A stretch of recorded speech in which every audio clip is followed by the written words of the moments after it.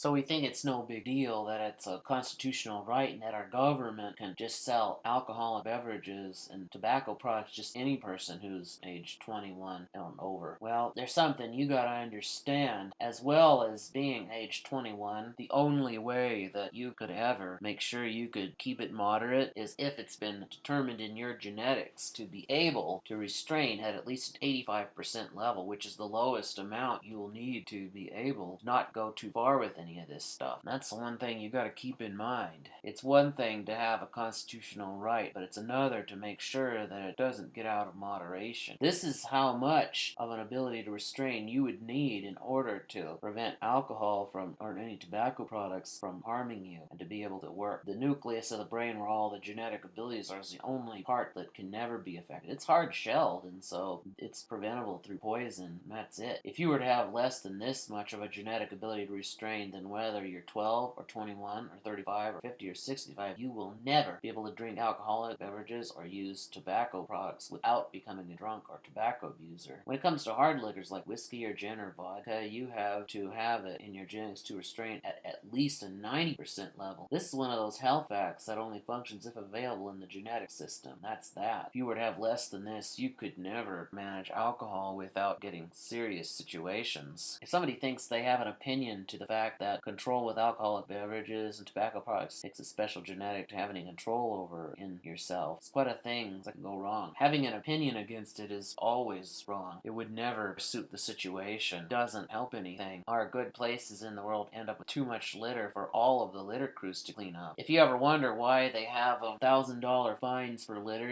it's because a lot of that money goes to people's health to be able to help them do better. And I tell you, that costs a lot of money to make people healthy again. Did you know at least 95% of the litter in the world is actually caused by overselling too many alcoholic beverages and tobacco products? And to people just because they're 21 and not realizing that? Well, I'm going to tell you one thing, and this is true, because I'll tell you one thing. That stuff doesn't break down nearly as fast, and it makes it pretty sick. See what I mean? And let me tell you something about alcohol and tobacco products, and even drugs too. At least 95% of those whose ability to control their language, which leads to fights and weapon abuse, at least 95% of them are intoxicated with alcohol in their system, or tobacco, or some other drug. And that kind of makes it to where they just don't realize it, and they just fight back people who feel uncomfortable. Bad language use, with just 4-letter words is acceptable only if you're trying to fiend somebody off who's being demeaning to you. And that's the way you kind of get them to see you have freedom. But somebody who gets insane because of some alcohol, drug, or tobacco problem, that's different. It gets so dangerous. That's how crashes end up happening. Vehicular accidents and loss of life gets into being too big of an epidemic. Just terrible. People get sick from the looks of a chewer and possibly ending up in life-threatening situations. I mean, people's chew, that's disgusting. I mean, really.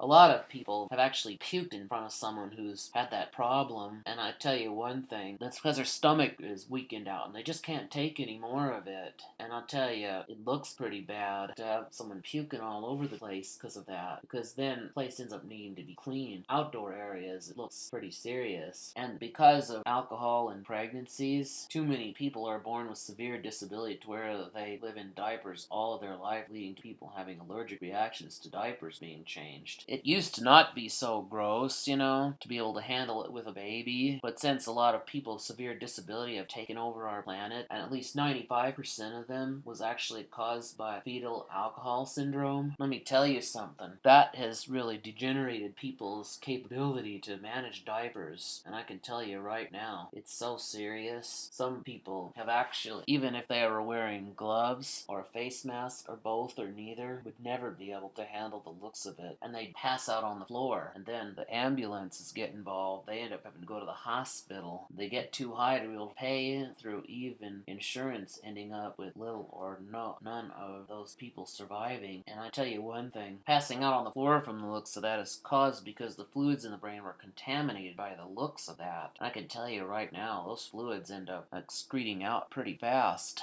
and causing really serious situations. Dehydration happens. Court systems having to make people live under such harsh penalties time and time again. It just looks bad. We just don't have enough people willing to clean up litter in this world. We just don't have enough enough, and so the only way we can think of would be to try and unlock alcohol and tobacco products away from those who don't have the neurophysics to know where to stop. That's just the way it goes. Everything goes into the hall of shame right here, especially when someone's in the hospital getting their fluids reinstated. Sometimes it takes a while to feel good again, don't you see? Now, if people can see that as well as being age 21, it takes having it in your genetics to restrain at least an 85% level to be trusted around alcoholic beverages, neurophysiology-wise, well, our good places in the world will be free of at least 95% of the litter in the world. Wouldn't that be nice? Because then we wouldn't have such heavy bills cleaning up messes all the time. It looks a lot better, too.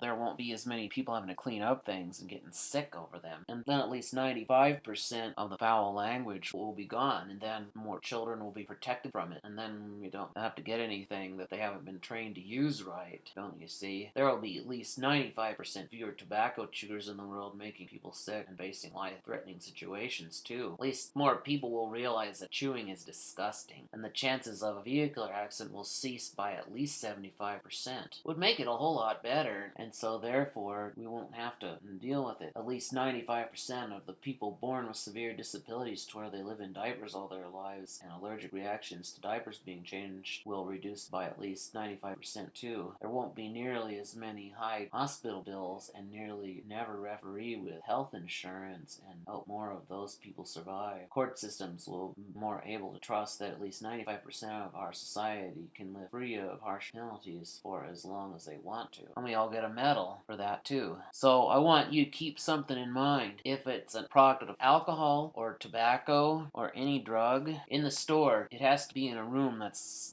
locked, which means that no one gets in without an ID that proves both that they're age 21 and that their genetic restraining ability is at least 85%. And then it gets things a little bit better, to help make things work out right. And also, you need to keep in mind, increasing a penalty just because somebody didn't listen the first couple of times is wrong too. So therefore, you cannot make them look bad about it. If there's no way their ability fits into it, that's just that. As for the alcohol, with those locked rooms, we won't have to worry about as much. I mean, the sales might go down, and they might go bankrupt, and it may make a terrible wreck in some of our constitutional rights, but at least it won't wreck anything else. I mean, there's just no place for the alcohol and tobacco and everything else we care about. Society's just not made for both. So, I don't know what you're willing to lose. And you can lose the alcoholic beverages and tobacco products, or you can lose everything else in society. It's easier to lose just something you've had for years than it is to try to lose good things in society,